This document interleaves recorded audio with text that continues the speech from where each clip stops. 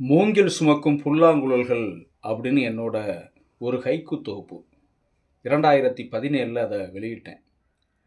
அந்த தொகுப்பில் ஒரு கவிதை, கடன் வாங்கி கட்டிய வீட்டில் கால் நீட்டி ஓய்வெடுக்கிறது வறுமை என்று எழுதியிருந்தேன்.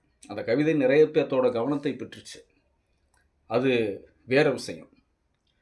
வீடு என்பது இந்த வாழ்க்கையில் அத்தியாவசியமா, அல்லது நம் மீது திணிக்கப்பட்ட ஒரு கருத்தியல் வாதமா?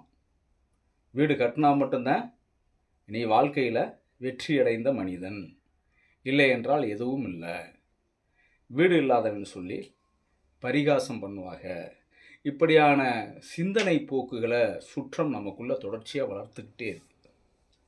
வீடு என்பது இந்த இயற்கை சீற்றங்களை, குறிப்பாக மழை, வெயில், பனி காலங்களை, இயற்கை பேரிடர் காலங்களை நாம் கடந்து செல்வதற்கான ஒரு பாதுகாப்பான இடம்தான்.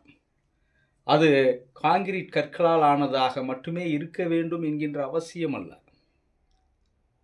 ஒரு கூரையாக இருக்கலாம், ஒரு மரங்கள் அடர்ந்த பாதுகாப்பான ஒரு வாழிடமாக இருக்கலாம், ஒரு தோட்டத்து கொட்டகையாக இருக்கலாம்.